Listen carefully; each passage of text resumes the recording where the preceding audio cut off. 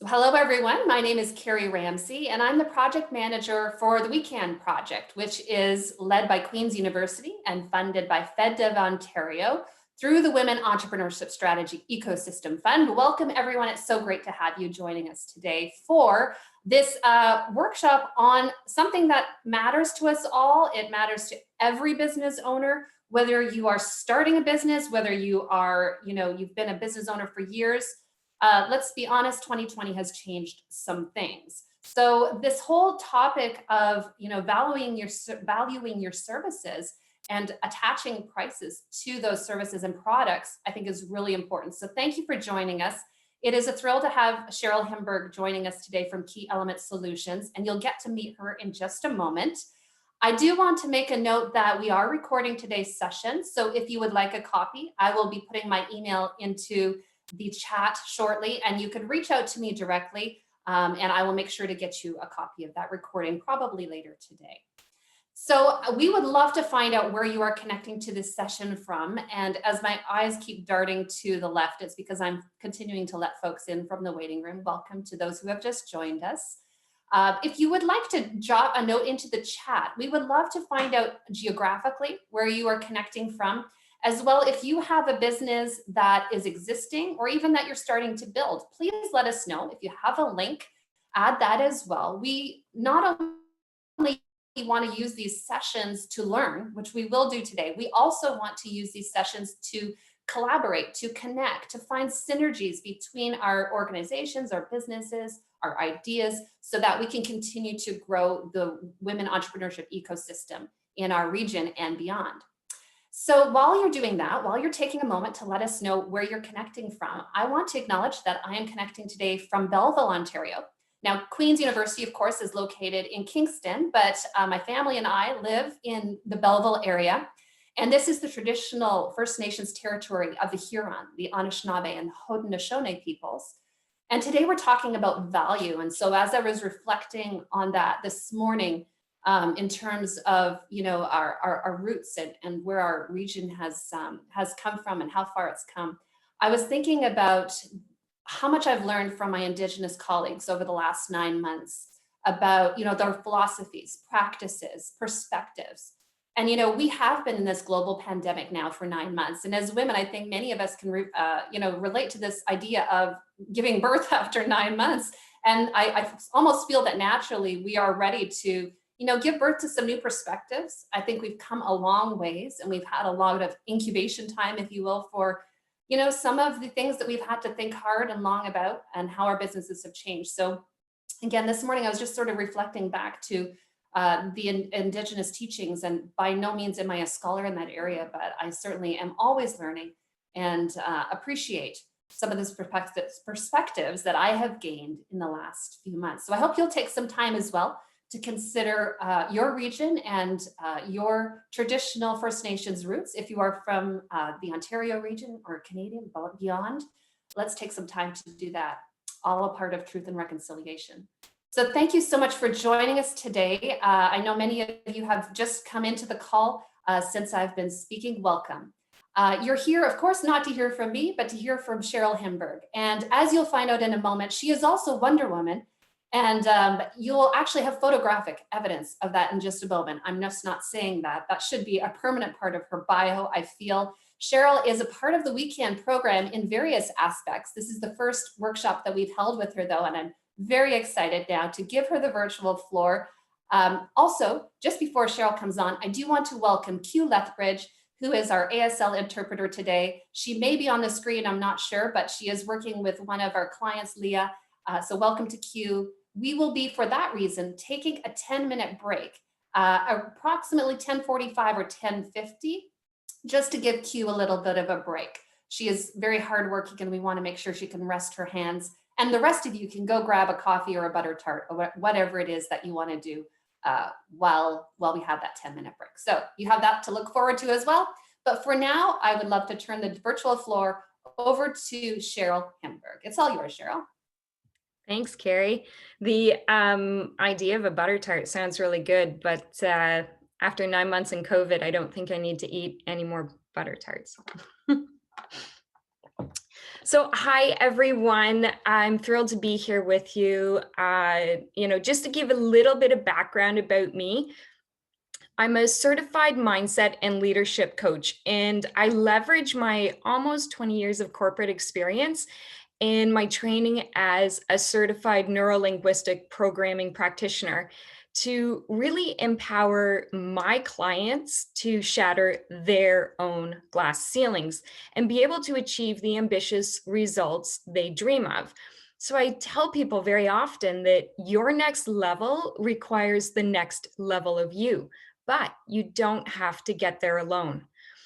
And so, to give a little bit of context to my corporate background,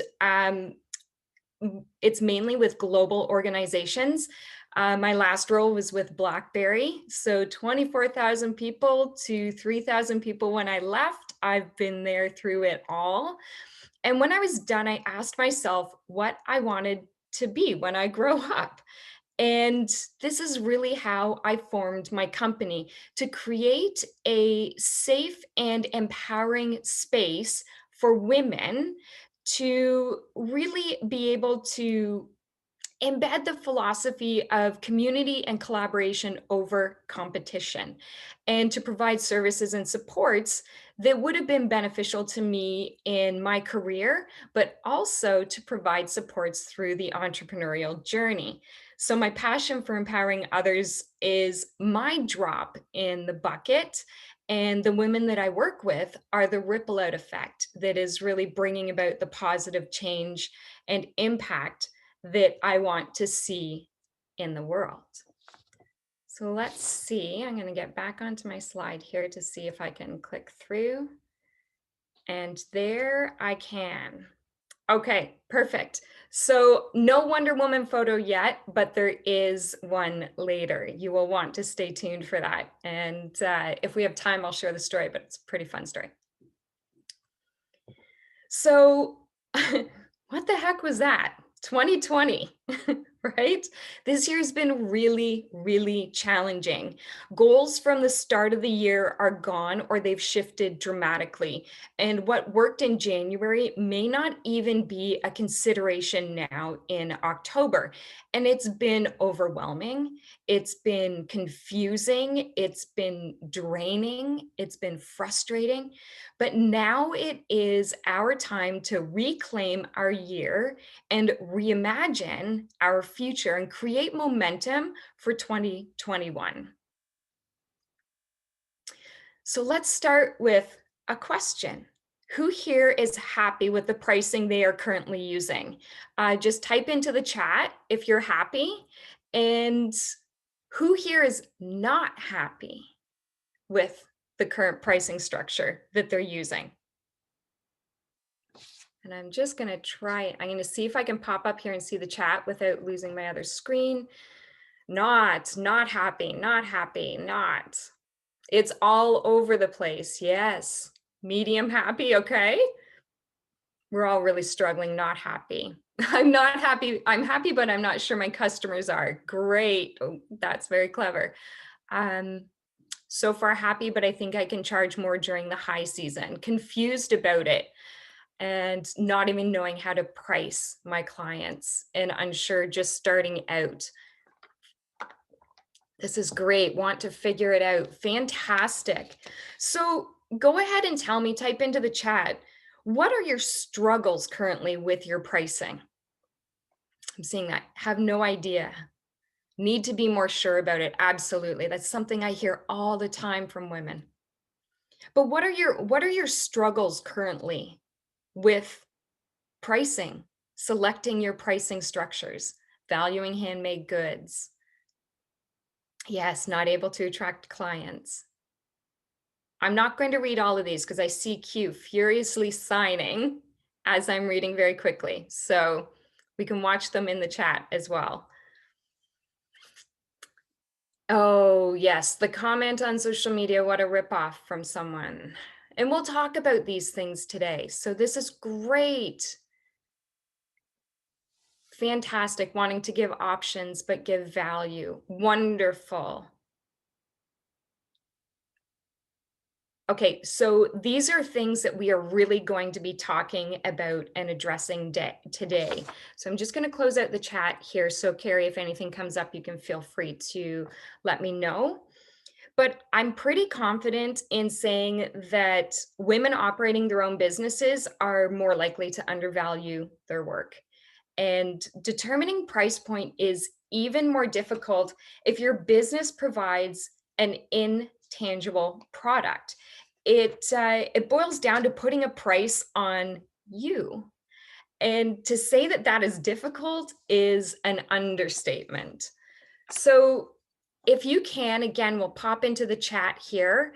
Um, who has a tangible product as their main offering? And who has an intangible product or service? Let's see, I'm going to take another peek here. A mix. Okay, so we have a good mix of both. Okay, great. Great, that's fantastic to see.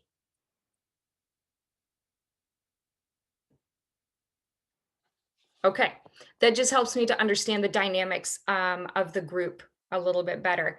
And if you answered that you feel comfortable with your current pricing, I'm going to go out on another limb and say that there's still a strong possibility that you are not charging enough for your services.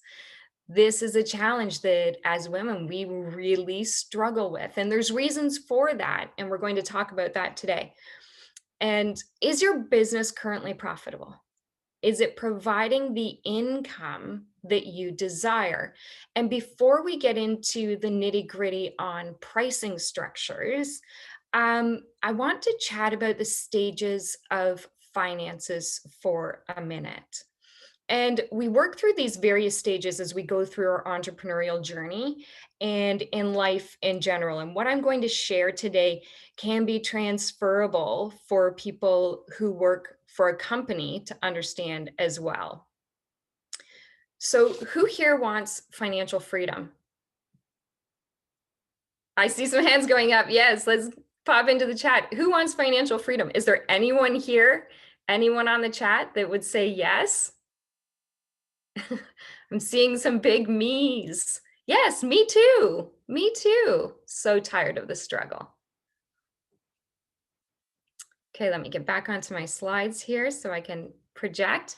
Fantastic. So my guess is that the idea of financial freedom sounds great, but it also feels really far off to you right now. Am I right on that? Do I get some hands up? I get some thumbs up? Yeah, yeah.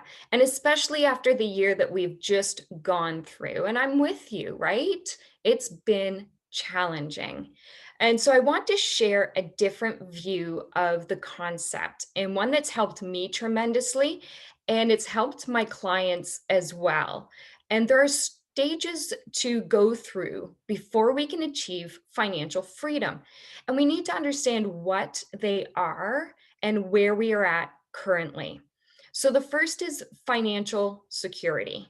And this is where you're making some sales and you know your business income monthly can cover off your business expenses, but you aren't paying yourself yet. And if you are, it's not much at all. This is really the just enough to scrape by stage. And next is financial independence. And this stage is fun. You have market share, you have consistent revenue, you have an okay income for yourself. And this is where you are paying for not only your business expenses, but also your personal expenses through your revenue generation.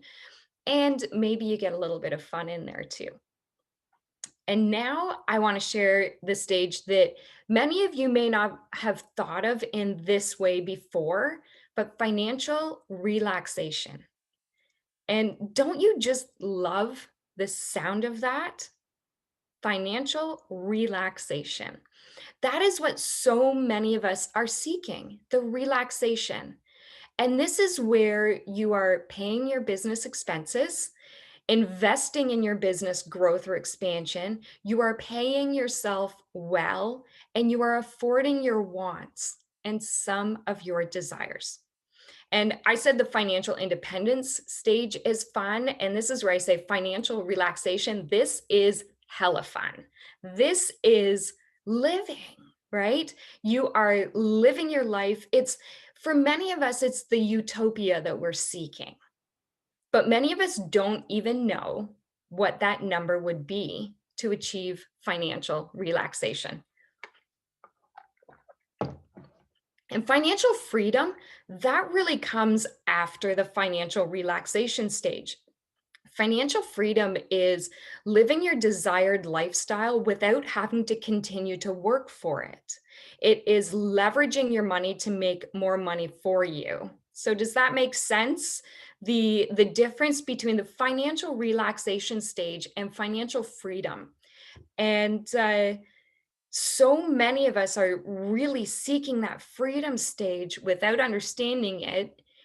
And in turn, I encourage looking into the financial relaxation stage. Now, if you stay to the end, there is a workbook that does have this information in it and some of the exercises that I will talk about. And so you'll find out how to be able to get access to that.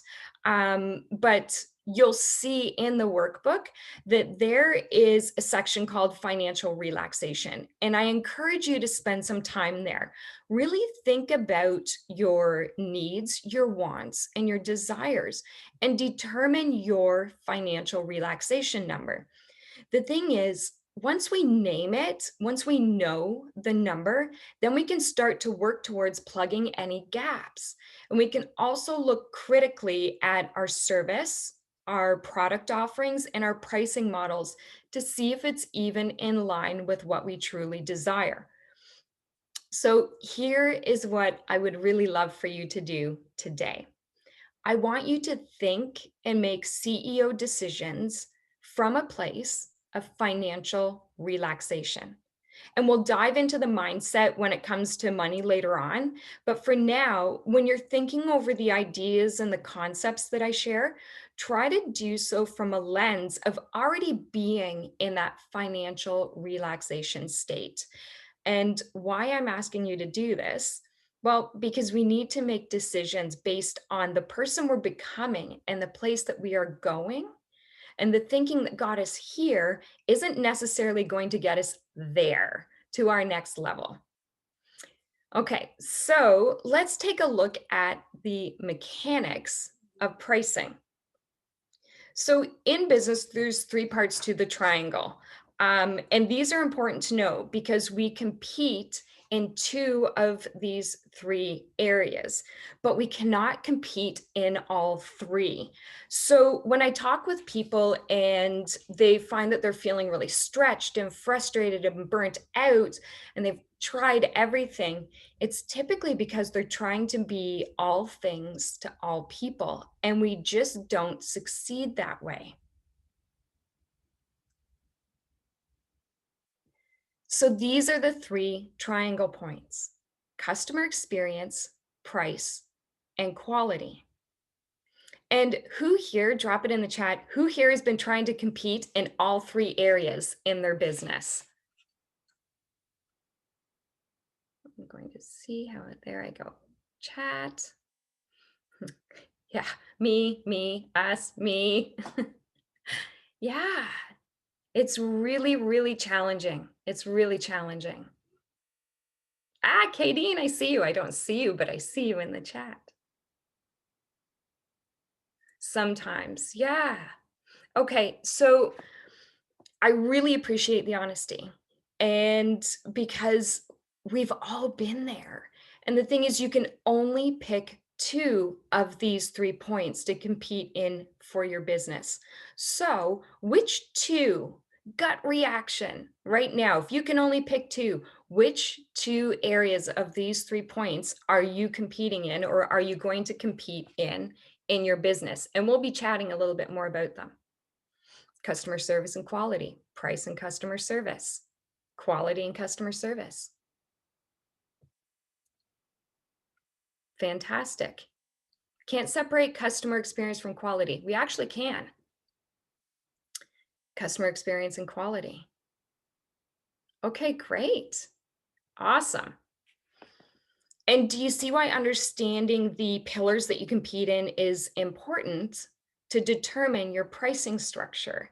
So if you are competing on price to have the most affordable product or service, you may not be able to provide the most engaged or over the top experience. Or maybe your affordability factor requires you to use midline materials for quality. And if you're providing the highest quality product and a phenomenal customer experience, then you can't compete on price with a low price provider. You won't pay the same pricing for a cashmere sweater as you will for a polyester sweater. They will both keep you warm, but they have different target markets and pricing structures. So I encourage people to stop checking out what everyone else is doing and decide for you, for your business, what two areas you are going to provide with your business. And, I say that comparison is the thief of joy. We have spent so much time, especially with having extra time, this year, scrolling on social media and seeing what other people are doing. And comparison is the thief of joy. So look for you, for your business, what two areas you are going to compete in when it comes to the service and the products that you provide. So let's talk a bit more about the breakdown of pricing. I'll just make sure I'm not missing anything in the chat here quickly. I stopped looking at social media because of the comparison factor. Absolutely. Absolutely. I said my social media use has really changed. I use it to cheer people on. I use it to encourage and empower people. But if I ever catch myself at that point where I feel like I'm falling into that, oh, they're already at this stage and look at what they're doing, I take myself off of it and go back to my root purpose for social media, which is to encourage, uplift, and empower others. Okay, so we're going to talk about pricing calculations, and there's a really great resource. I actually came across the one that I'm going to share today from MJ Levesque at Pero, and I really liked the simplicity of it. And I've shared it with a few people, and they found as well that it was just really simple for them to be able to navigate and work through this. So I'm going to see if it'll flip me to my other one right here. And if not, I might have to okay, is it sharing? Do you see an Excel spreadsheet now? No, but do you want me to give you co-hosting duties again? Yeah, I think so, because I'll Okay, have to I think just I have to do change. that. Okay, go ahead. You might be able to do it now. Okay, so I just stop share. Hi, everyone. Oh, there's so many lovely faces. Okay. Great Okay. to see the faces. I know. And Yeah, I'll we have can to see pop that. back. I'll We have to can see pop that. back to the other one. Okay, perfect. So this, and again, when you get the workbook, there is a link to this. And as well as I can actually send this Excel sheet. But this is a really great way to be able to break down your expenses. And you'll see there's a service business section, a manufacturing business, and a retail business. So you're able to really look at the different areas. But for this session, we'll look at the service business line here. And you need to put in what your expenses are going to be, and you're able to tap into this, just add it into the areas, what you need to add in there. I'm going to start with the owner's salary. So it's the fourth one down on there. This is typically when I ask people to send me their spreadsheets, zero. because they say whatever is left over, then I will pay myself something. And I say that people kind of approach money the same way they approach their time. If I have time at the end of the day, I will exercise. Well, if you're like me and you don't do it first thing in the morning, you will find every reason to not do it in the evening because you can find other things to do with your time. So this is where you really need to be looking at what do you need to be making for yourself? And this can vary based on your circumstances. For me, I was a single mom raising my two kids 100% of the time. I was the only income in the family. So I needed to have an income that was providing for the mortgage and the groceries and, all of their clothing and all of the other needs that go through everyday things. So you need to know what your situation is and what that number is for you. If you were just starting off, the number could be lower than what your financial relaxation number is that you want to work towards. Oh, someone just came into the waiting room. So can I hit admit? Oh, you I got got it. her. I already got her. I did. I didn't know if I had to or not, but I was like, "Ooh, I've got the power." But you want to make sure that you are building towards, but you have to put in there to be paying yourself from the start. This is the number one space I see women really struggle with is I'll get to paying myself later. And if anyone has read the book Profit First by Mike, I think it's Mike Makowski, or Mike Michalowicz. Anyways, profit first. It really talks about you have to remove your profit first and run your business on the remainder. And so it's incredibly important that you put in here that you know the number that you need, whether it's the very first stage in finances where you're just scraping by with your business expenses and you don't need an income for yourself yet. You really need to understand what that number is. And when you start to put those things in, you have to look at the longer term things. Often we look at what are just those everyday charges.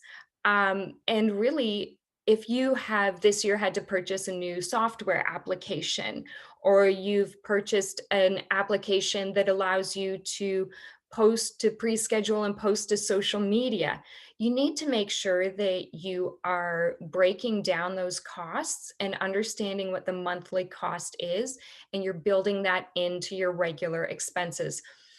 Often I see people where they have the main things that they have to be doing monthly, and then all of a sudden they end up with a number of credit card charges because all of these renewals have come through and they hadn't been pre-planning for them because you pay for it and you kind of forget about it. So you want to make sure that you're tracking those things in there. So I'm going to bounce back and forth here to the other one. Okay, Carrie, you can take your powers. You can take my power away.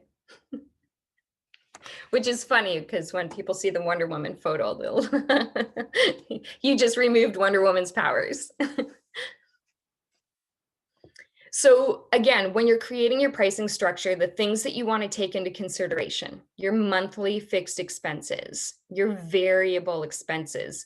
Do you have paper orders every 2 months that are something that you don't necessarily see going in through the docket every month? Your salary, your cost per client acquisition.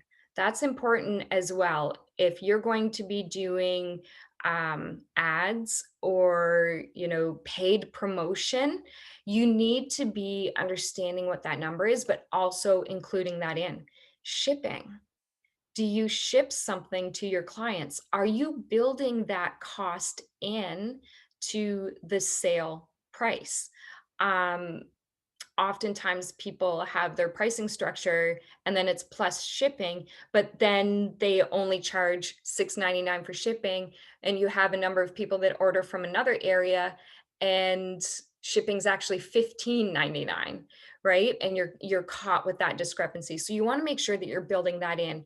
or if you are bringing, if you're manufacturing products and you're bringing it in, you want to know your landed cost so that you are really pricing for all of that contingency coming in. And again, annual digital costs for applications. And BizLaunch has a break-even calculator, and it's similar to the one that I use, but the one that I use has actually been, I find, made even easier to use and implement, and it's broken down for manufacturing, service, and products.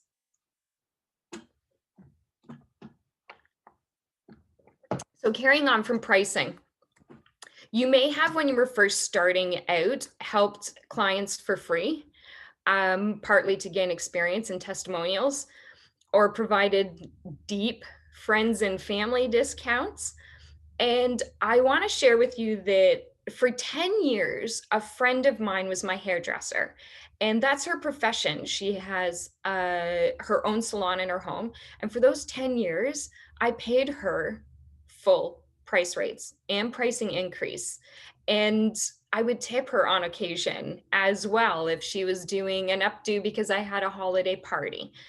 And I mean, we all know as women how much we love our hairdressers when you find one. But the point is that this is her business. It's her service, her product, her livelihood. And I'm paying for her talent and her expertise, just as I would any other salon. And so that's something that you want to keep into consideration when you are pricing things and when you're giving these deep discounts, the friends and family. Where are you recouping that cost? What type of testimonial are you getting? Are they exposing you to a broader client base? It's not wrong to say, I can provide this as a friends and family, but this is really what I need in return to do that, because you telling me that you love how much I do your hair and paying me half my price doesn't pay my bills.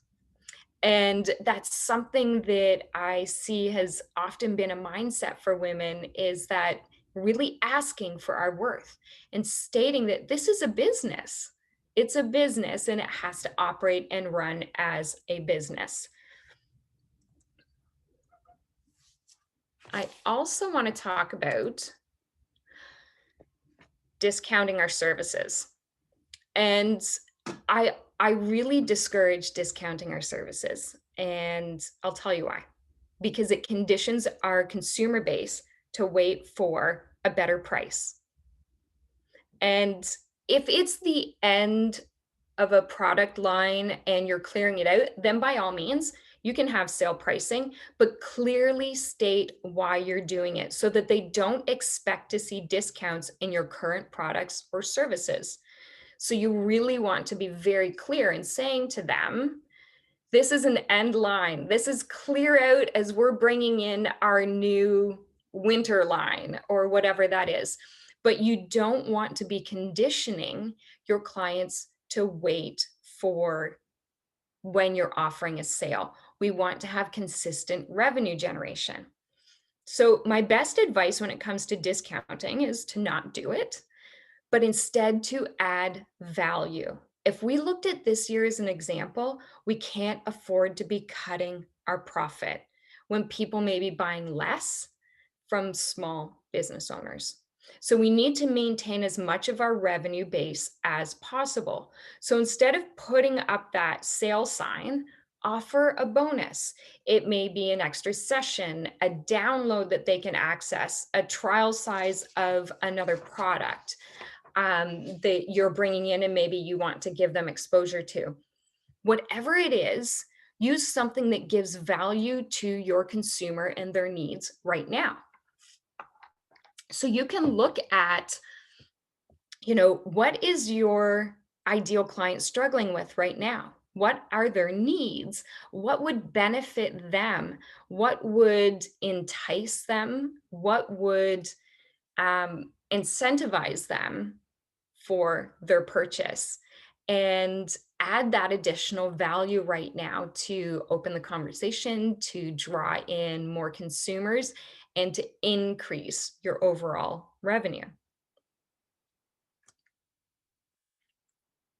Okay, so we're going to talk about increasing your prices, and then we're going to take a break. And it actually works at a good, really great point. So, Q, we're almost there. So, if you're thinking that it's time to raise your prices and you're not wanting to go from a $300 increase to a $1,000 increase overnight, that's completely understandable. But I want to encourage you to start doing it incrementally. So I'm just going to use numbers for, for this conversation, but if you're currently based at 300 and your goal is to be at 1,000, start with going to 500 and share in detail the benefits of the product or service. And this increase in pricing may come from really looking at your financial relaxation number, and you're building towards that, looking at your current pricing structure, going through the Excel spreadsheet and really figuring out what you need to be making per service or product, and starting to increase that. And when you are increasing, we often fear that we're going to lose consumer base. And you can start to onboard if you have current customers in a service transaction. You can continue with them and give them maybe a 3-month notice that there's going to be a pricing increase. But if you are onboarding new people, onboard them at the new pricing structure. And if you're increasing a product price, detail the benefits of the product or service, the transformation, the solution that it provides to your customer.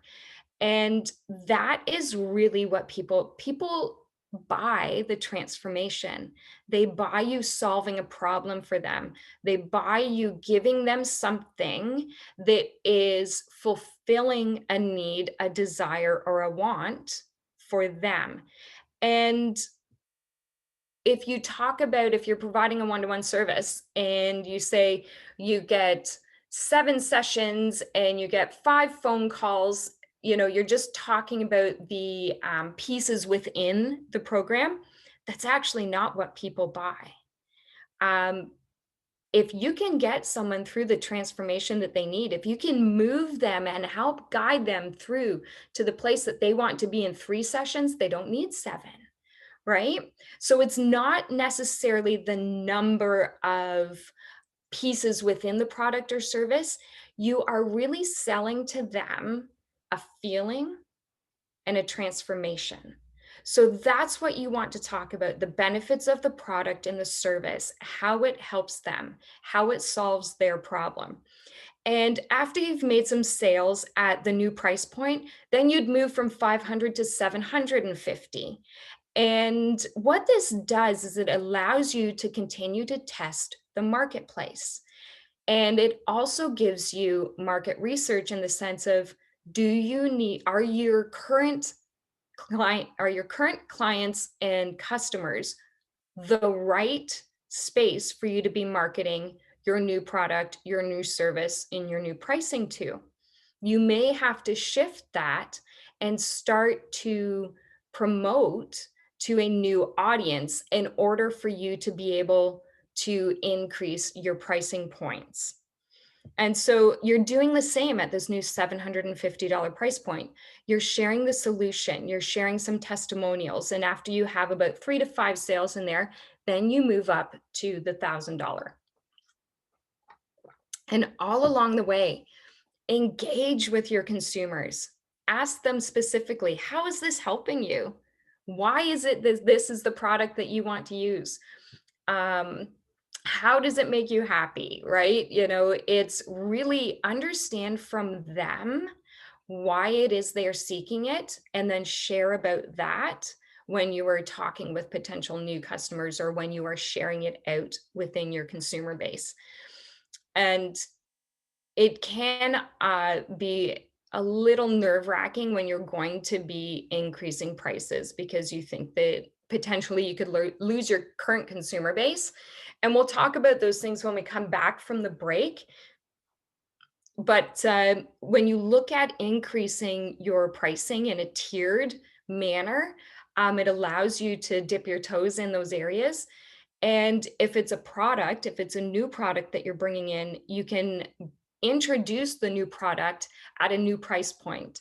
And if your current consumer base is more accustomed to having a lower price point from you, you're again sharing the benefits of the product and the service. And maybe there's a way to share a small sample with them to let them try it and see how great it is. Or it's really looking at, do I need to start marketing to a new area with this price point? So I think that this is a good place to take a break. Could we just slide one question in, Cheryl, before we Yeah, take a 10-minute break? yeah, There's been a couple questions. Kimberly was asking about monthly subscriptions, possibly as a way to, I guess, a different packaging. And CJ also talking about different levels, which you just referred to in the tiers, I guess. But do you want to speak to the monthly subscription? What are your views on that as a way to add value?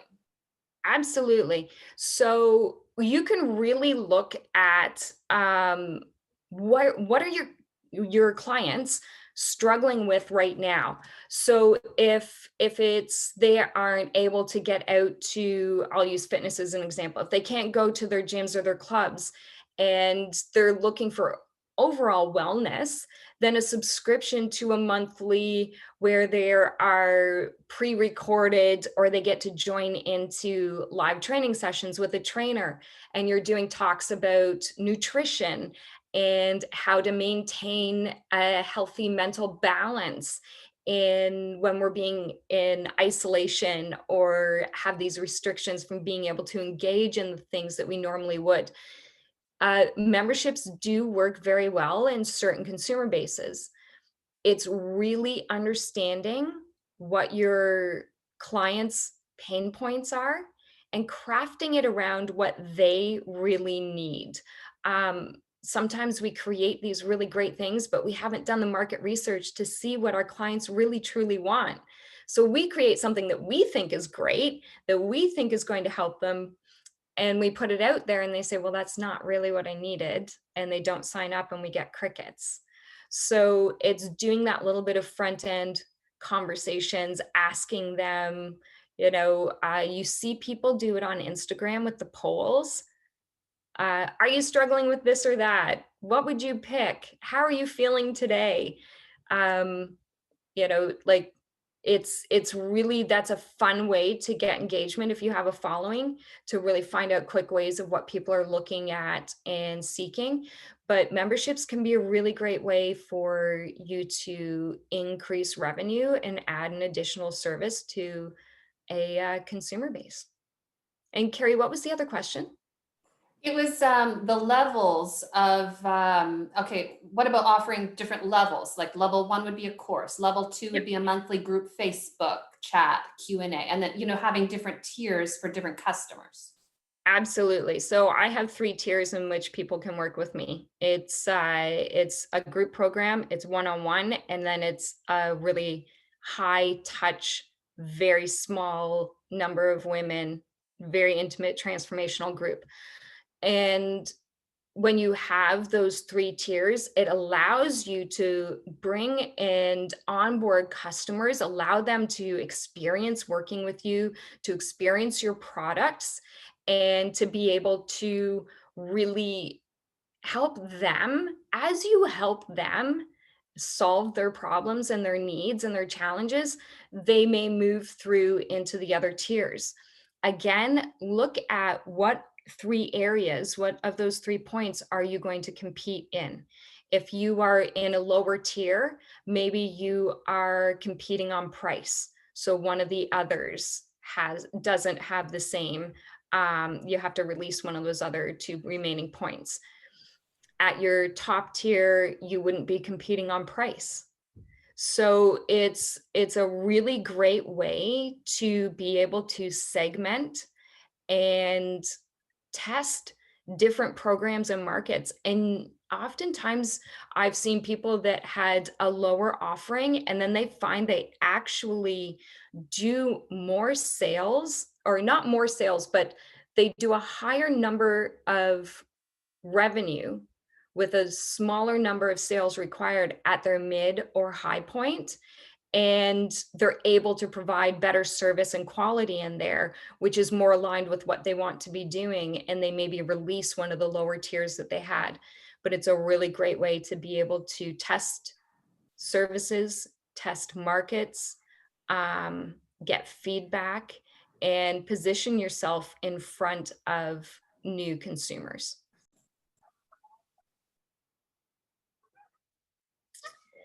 Okay, perfect. So I want to touch on a question that I saw in the chat where someone said that, it might be later on that clients understand the value in the pricing.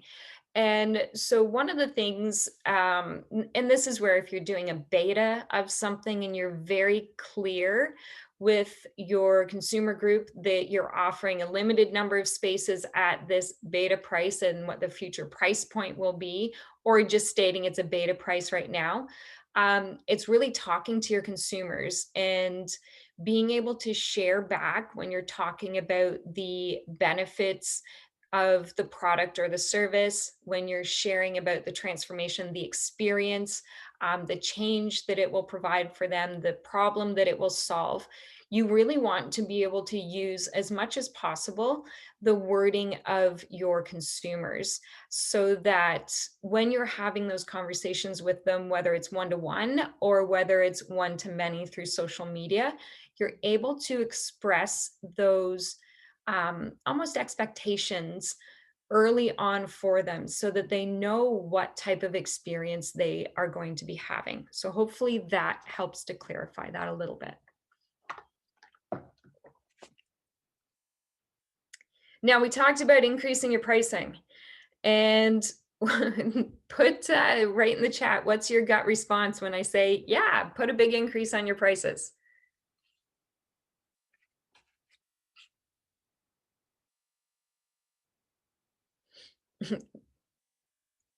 Yikes. Customers may run. It has always helped in the past. Ah, all I can picture is the Kermit the Frog with the arms flailing. Yeah, that's pretty typical. Customers won't like me. Yeah. Okay, fantastic. Fear of losing customers. Awesome. Thanks. And again, I appreciate everyone for being so open and honest in this. And when was the last time you thought something like, how does she charge that? I can't charge that much. No one will buy from me, but this is easy for me. So I don't really need to be charging for it. I have no idea what to charge for this. I don't think my audience will pay more for this than they already do. Or do you apologize when you say your pricing, almost as if to try and soften the blow? So type in if you've had any of those comments, or if you do, almost hesitate and apologize when you're saying your pricing.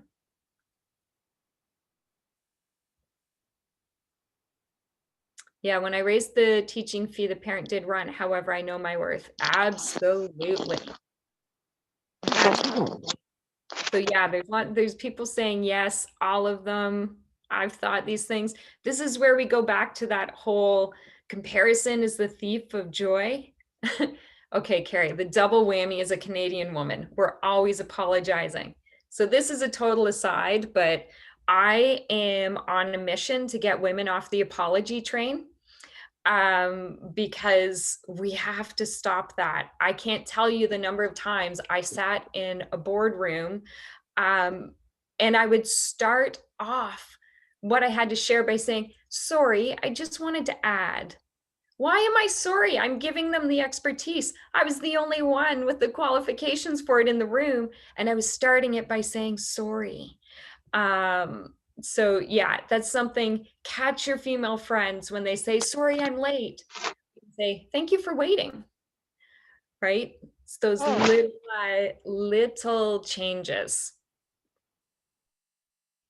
Okay, so let's talk about mindset, because this honestly is one of the most important parts of pricing, and it's something that we significantly struggle with. So your mindset really does affect all areas of your business, but it especially affects your pricing. And every single one of the statements that I said just before is a money mindset issue. And whether you have these or other thoughts that are running through your mind, we need to work on them.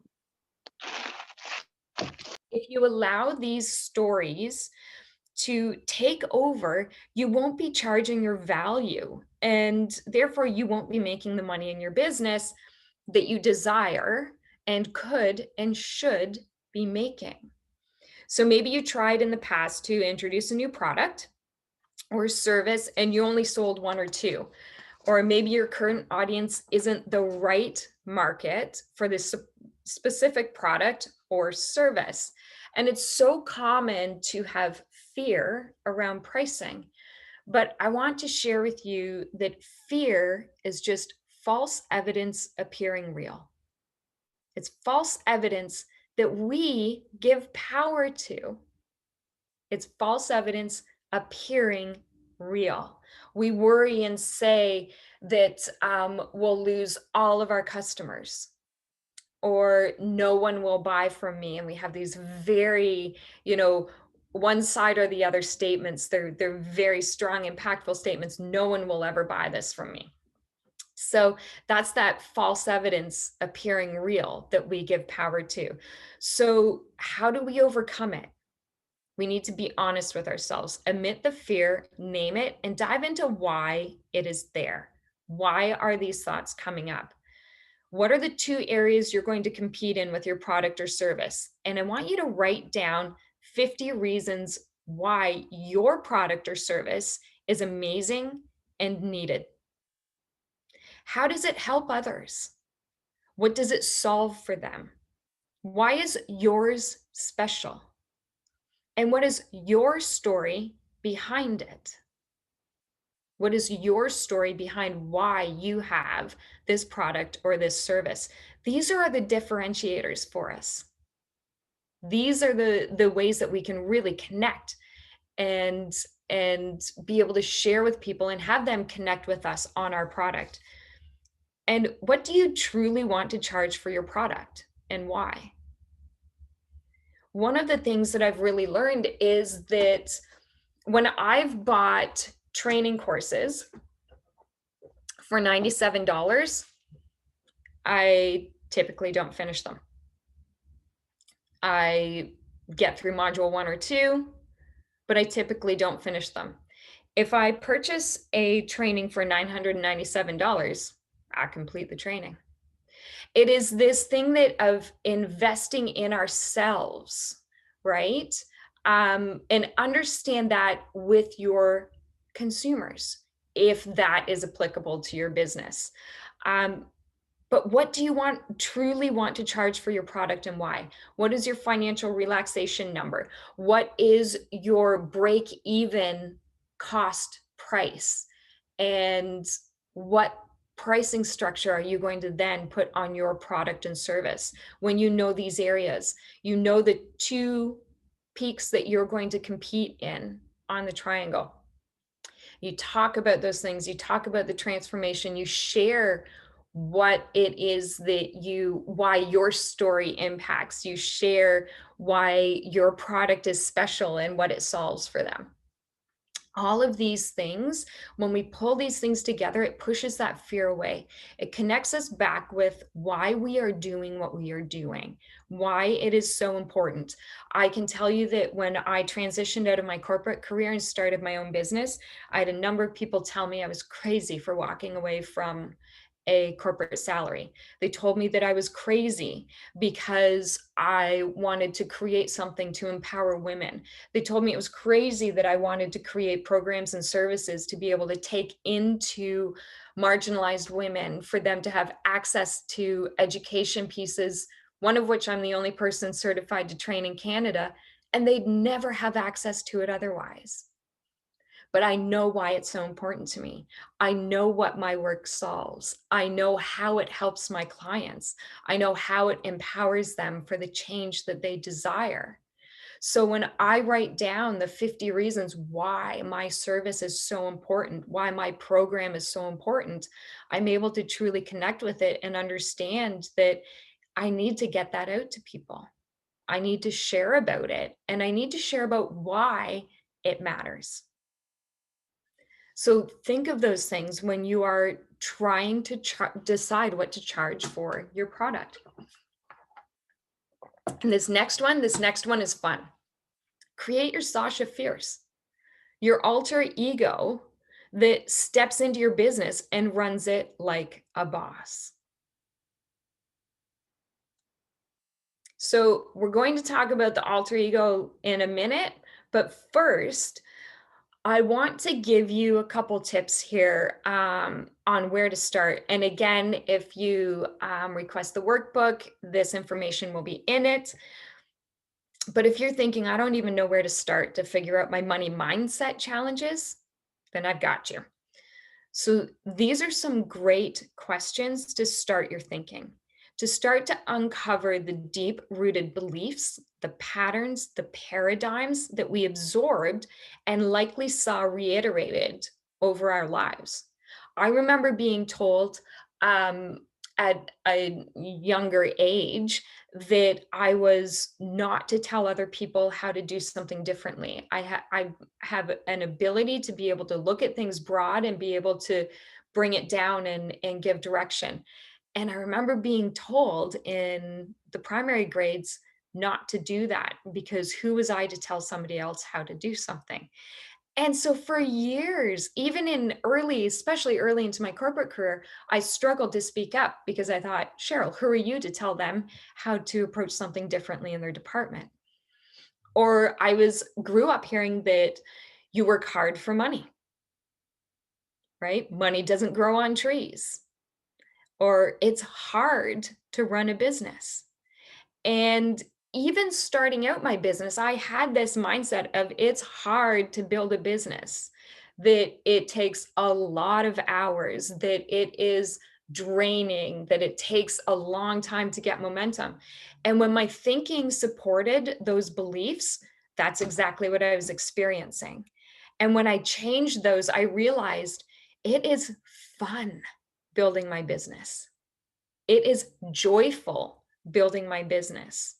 I love connecting with other people and helping them and empowering them. And when my mindset shifted, then my thinking and my actions continued with it. So, money mindset, where do you start? If money was a person in your life, how is your relationship with them? So, I want you to type in the chat, how is your relationship? If money was a person, how is your relationship with them?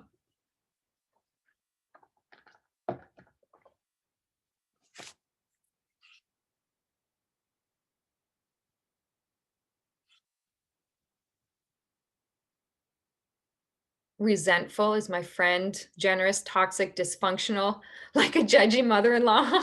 Okay, that's a good one. Eek, I'm ignoring them. They control me. I love her. Love it. Challenging. I'm afraid I won't have enough of them. Off and on. A give-take relationship. Yes. Yes. These are so common. So common. Fantastic. Unrequited love. I like that one too. Yeah, I just saw that one when I was clipping down. It's an interesting question. It's an interesting question when you start to ask and say, if money was a relationship in your life, how is your relationship with them? And for me, people ask me, I say, money's my best friend and she goes everywhere with me. But I didn't always think that way.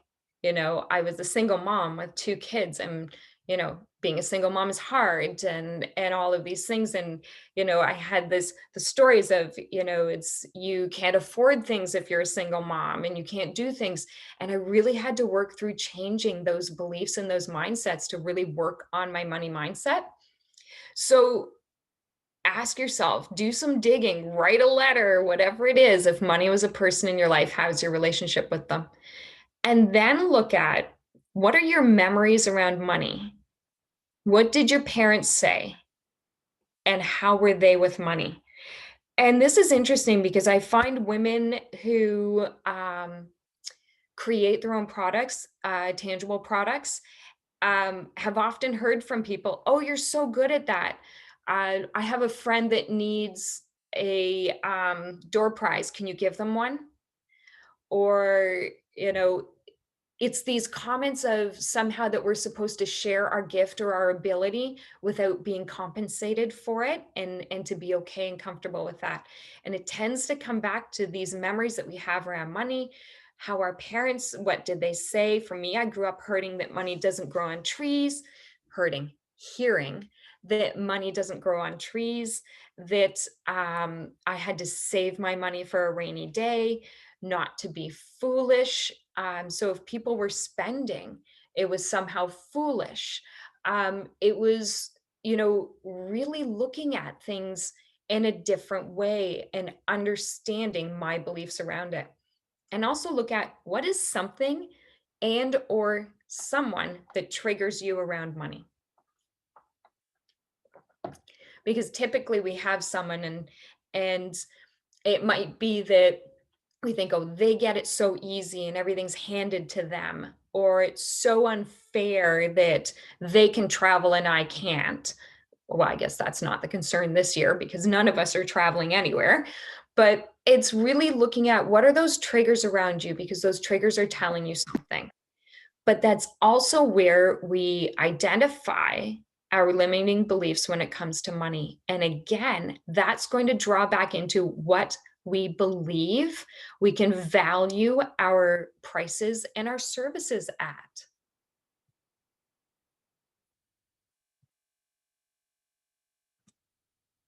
Okay, so I told you were going to get Wonder Woman.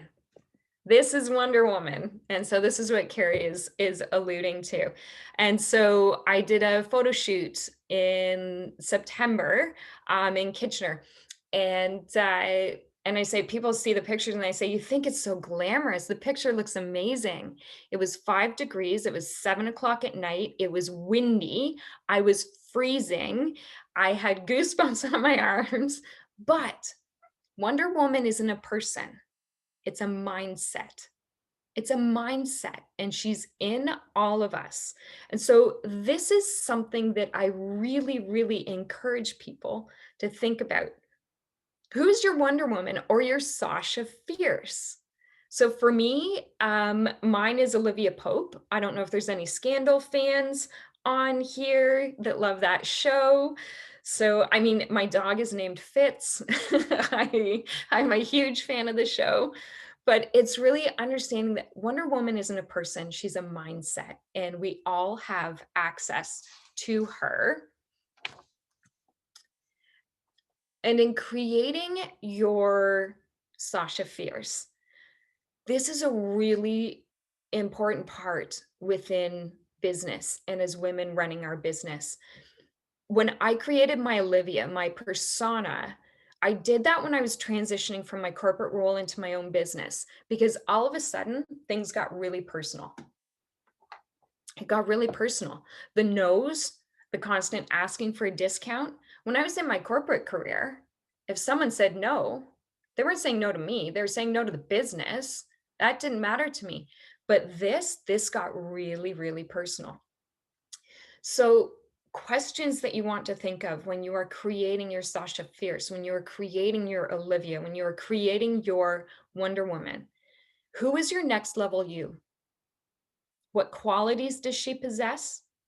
What are her habits? Where does she spend her time and money? How does she dress? What does she read? How does she show up?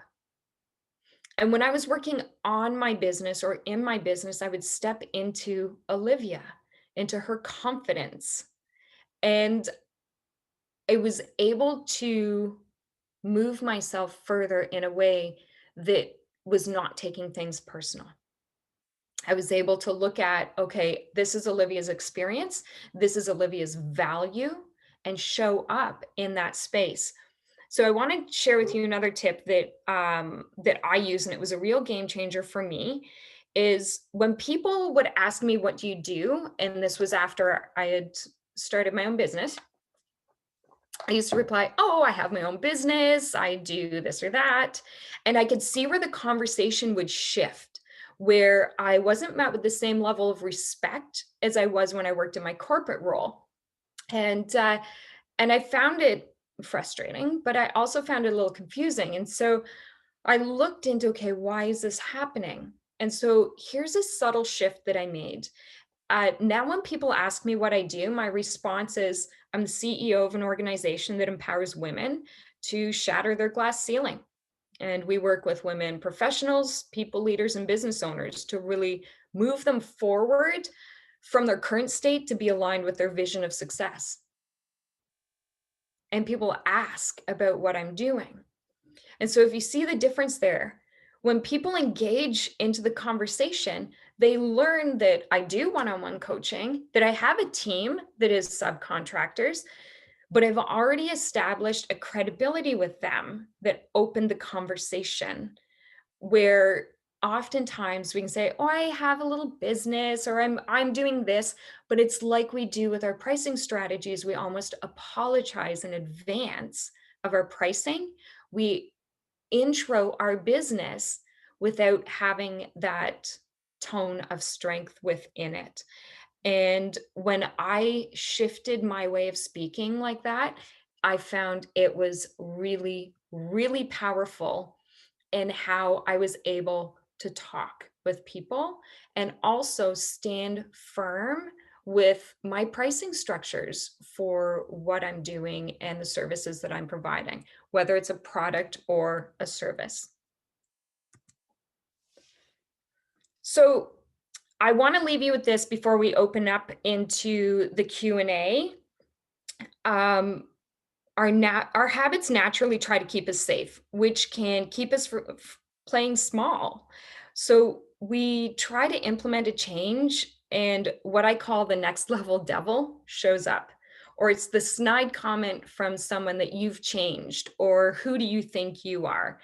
And we get that from someone else who is uncomfortable with our growth, and then we contract back into this box or space that they are comfortable with, not with us and where we are going. So as an NLP practitioner, I'm here to tell you that those limiting beliefs around money, our capabilities, our worth, our identity, they don't need to remain. They can be replaced with thinking that is powerful and aligns with our true potential and being. And I actively do this with my clients, and I see time and time again the transformation and the progress that naturally occurs as a result. So I want you to know, if you don't know already, Tiffany's sells a $1,500 paperclip. $1,500 paperclip from Tiffany's. Dollarama sells 100 of them for $1. But you are a Tiffany paperclip. So know your worth, know the service and the product that you're providing, and the value and the benefit that it is giving, and the solution that it provides to people. And go back through. And again, if you want the workbook, you'll be able to get access to that. But it is really identifying those points about what's coming up when I'm saying I want to raise my prices, when I find out my right financial relaxation number. And I'm also looking at my break even costs and then my pricing that I'm putting from there. So if you are interested in learning any more about me, We can connect. My website's on here, my email. You can find me on Instagram. And if you would like a copy of the workbook and the Excel spreadsheet that I was sharing, you can email me at cheryl@keyelement.ca. And I don't know, Carrie, if you can put that email into the chat for me, just because for whatever reason, chat doesn't want to. Yeah, it's done. Okay, perfect. So I open it up now for questions because it's a lot of information. And again, in the workbook, it gives you a breakdown of walking through and those questions and being able to look at it. But typically in this year, it's been incredibly challenging. It's our money mindset that's holding us back on our pricing and pricing us for our worth and our value that we provide. So if you have a question for Cheryl, you can take yourself off mute or you can put it into the Zoom chat and I can bring it up. It's up to you, but go ahead. We have a few minutes left. I have a question. Go ahead. Is it Samantha? It is. Okay, go ahead. Thank you so much, Cheryl, for this presentation. It is full of amazing reminders. My question is, what if you are in a partnership for your business and your partner is the one who really wants the number a month? So we did the work to figure out what we need to earn, but then when you speak about, well, here's some strategies, let's increase our prices, they're the ones who are saying, well, we can't do that. That's challenging. It's I would approach it and sitting down and having a pretty open and raw conversation and saying, what are you afraid of? Again, it's that false evidence appearing real, right? It holds us and keeps us playing small. So I would ask them what they are afraid of happening. And we often get polarizing answers where it's like, we're going to lose all of our customers. Are we going to lose all of our customers? Or are we going to transition away from some customers? Are we going to be transitioning towards new customers? What strategies can you do to mitigate that as a transfer? Are you going to be bringing in a new service offering at a new price point or product, and you can trial that and keep your existing product at its point? Do you do incremental increases? Do you add a bonus in the meantime as people, transition through that pricing increase? But it's really a pretty open conversation. It's in a partnership. It's like any kind of partnership. You have to be able to have those difficult conversations and just set parameters for the conversation ahead of time, that it remains respectful, it remains on topic. This is what we're going to dive into and work through. And you don't take pot shots or, those cheap shots of things, because sometimes people get heated. I've been in a lot of boardrooms and seen some interesting behavior. It's really just, what is our outcome that we want? And it's finding a way that works to be able to move that forward, while they know that they might have to stretch outside of their comfort zone a bit. That's where we grow. It's outside of the comfort zone. It's in business, you have to become okay with being uncomfortable. So I hope that helps. Great. She has dropped thank you into the chat. Thanks, Samantha. Is there another question from the floor that someone wants to unmute themselves? Yeah, I have a question. It's about pricing, and I'm sorry I haven't thought it out already, so I'm just kind of, I understand about taking all of your costs into account and deciding your pricing, and I understand about not undervaluing yourself, but sometimes I think we tend to want to sell people something that we want to sell them versus something that they want to buy. And Yeah. at some points, maybe what you're doing and the way you're pricing yourself, potentially it's not competitive, or it's not. How do you decide, like, maybe you need to be doing something else? Maybe that's like, how do you make those decisions? It's when you're really looking at your financial relaxation number. How do you want to be living your lifestyle? Because if what we're doing for the bulk of our day is not in line and moving us towards that, then there's always going to be that disconnect, and we'll always feel like something's missing instead of feeling like we are truly happy. And this year, there's been a number of businesses I've talked to that have said our former business model is no longer viable. And they've had to either look at pivoting, or they've had to look at completely closing out and looking at, at a future option for a business, or taking a break in between and waiting for the next idea to come. Sometimes it's really looking at your break-even costs on a product and saying it's just not viable. What I'm expecting it to draw for me is just not viable. And your statement of saying that we provide out to customers what we think they want is so very true. We need to know what they want. We need to have it informed from them. What service or product do they want from us? What can we solve for them? And sometimes it's doing a broad survey, getting a lot of information, and then looking at, can you adjust your current model to meet that? Yes or no. It's business. It requires hard decisions. It requires fast decisions at times. And it's not always easy to have those conversations with ourselves, especially if you spent a significant time into building and growing something.